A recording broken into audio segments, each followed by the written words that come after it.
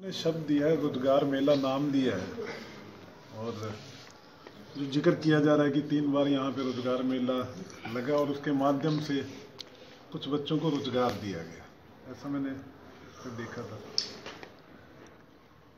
मैं कहता हूँ कि मंत्री जी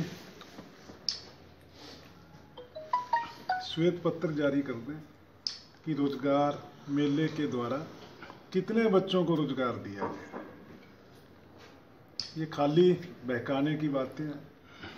रोजगार अगर दिया जा रहा है तो पीछे जो आपकी भर्ती हुई थी, कितने बच्चे नारायणगढ़ हल्के से उसमें भर्ती हुए वो बता दिया जाए।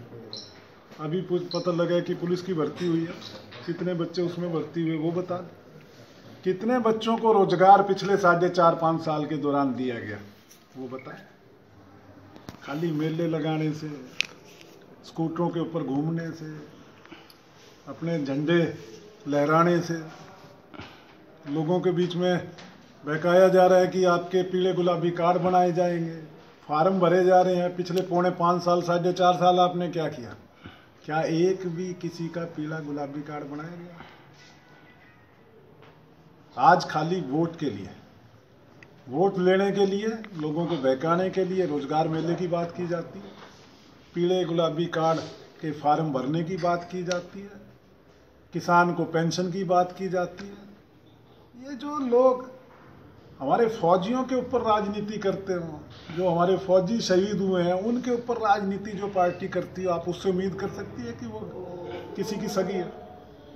खाली वोट लेने के लिए ये सारे काम किए जा रहे हैं। आगे देख लो, कानूनी व्यवस्था की बात करें तो पूरे हरियाणा में हालात बहुत खराब है और ख़ास तौर पे नारायणगढ़ में तो बहुत बदतर हालात हो चुके हैं। आज धमकी दी जाती है, सरेआम मर्डर किए जाते हैं, यहाँ पे इलीगल माइनिंग दबा के चल रही है, कोई सुनने वाला नहीं है।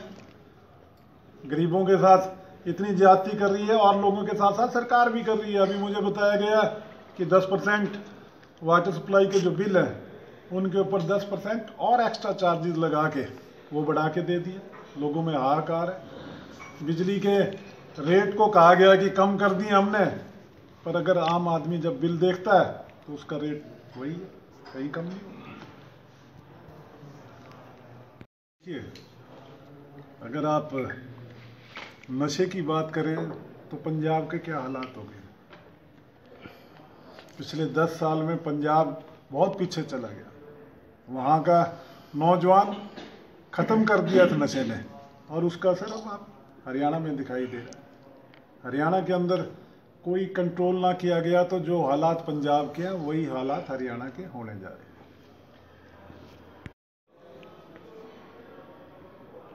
जब से मुझे क्या, मैं देख रहा हूँ पिछले 4.5-5 साल से, और जब से मुझे लोग भी बीच बीच में मिलके बताते रहे कि आप किसी डिपार्टमेंट में चले जाओ, नारायणगढ़ के किसी दफ्तर में चले जाओ, आपको कोई अफसर नहीं मिलेगा। मैं समझता हूँ काफ़ी टाइम से तो यहाँ कोई एसडीएम नहीं है, तहसीलदार यहाँ नहीं है, म्यूनसिपल कमेटी में देखो वहाँ पे पूरा स्टाफ नहीं है, बीडीओ ऑफिस में देखो वहाँ पूरा स्टाफ नहीं है।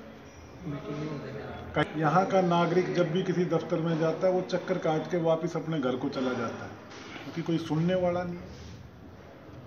अव्यवस्था का आलम है, माहौल खराब हो चुका।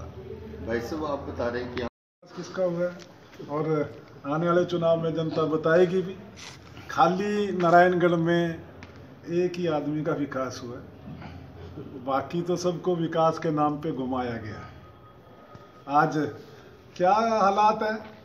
आप इस रोड की बात करते हैं, हम कॉलेज रोड की, हमारा कॉलेज है उस रोड पे, 4-5 स्कूल हैं उस रोड पे, और जाके देखो वहाँ ट्रकों ने क्या हालात पैदा कर दिए।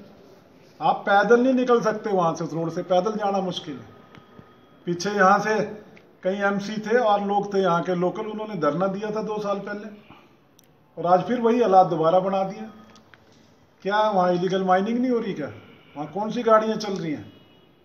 सरकार को मैं समझता हूँ कि दिनों के हिसाब से सरकार के राजस्व की चोरी की जा रही है।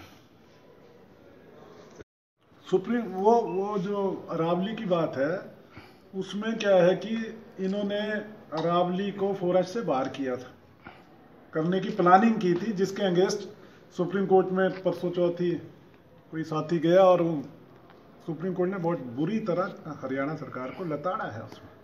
और ये इलीगल माइनिंग जो यहाँ पे हो रही है, हमारी सरकार आएगी तो मेरी सबसे पहली मांग होगी कि इसकी इंक्वायरी की जाए। चुके हैं जी किसानों पे।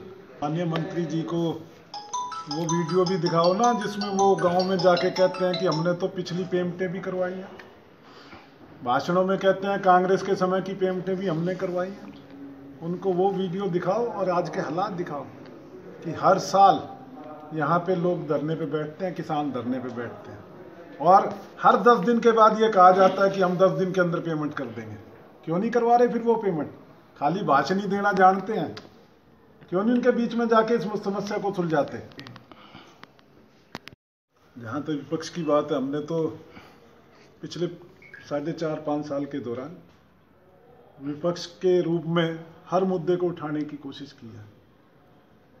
पर सबसे बड़ी दिक्कत जो मैं समझता हूँ कि सरकार के साथ है कि कोई किसी की बात को सुनना ही नहीं चाहता। आंखें मीची जा रही हैं, सरेआम गुंडागर्दी हो रही है, उसको नहीं रोका जाता, इलीगल माइनिंग हो रही है, उसको नहीं रोका जाता, और जब पता चलता है कि यही लोग शामिल हैं इन सब, तो फिर कहाँ जाएं, कहाँ बोलें? इंतजार है, जहाँ तक मैं समझता हूँ कि लोगों को इंतजार है चुनाव का।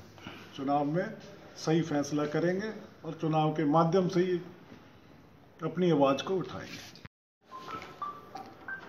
देश का नागरिक होने के नाते एक हमारा फौजी अभिनंदन जी जिस दिन आए थे, सभी की भावनाएं जुड़ी हुई थी। सभी चाहते थे, सभी देशवासी चाहते थे कि अभिनंदन को भाई जल्दी से जल्दी वापस लेके आना चाहिए। और उसके साथ साथ आप एक चीज़ देखेंगे, सेम टाइम में, सेम समय में, उसी दौरान हमारे फौजी साथ साथ शहीद भी हो रहे थे J&K में।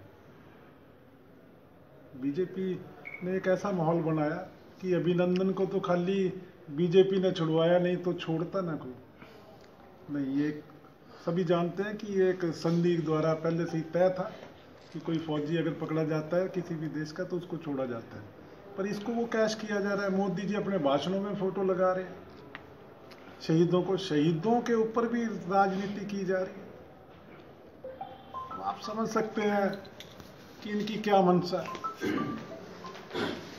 स्थिति में है हरियाणा के अंदर। मैं समझता हूँ कि आज ये पोजीशन है कि 10 की 10 लोकसभा जीतने की पोजीशन में है कांग्रेस, और अम्बाड़ा भी जरूर जीतेगी। इकट्ठे होकर चुनाव लड़े। हुड्डा साहब अपने रथ पे चल रहे हैं, अशोक तंवर जी अपने साइकिल पे सवार होकर चल रहे हैं, तो सभी पार्टी का काम कर रहे हैं, पार्टी का प्रचार कर रहे हैं सभी।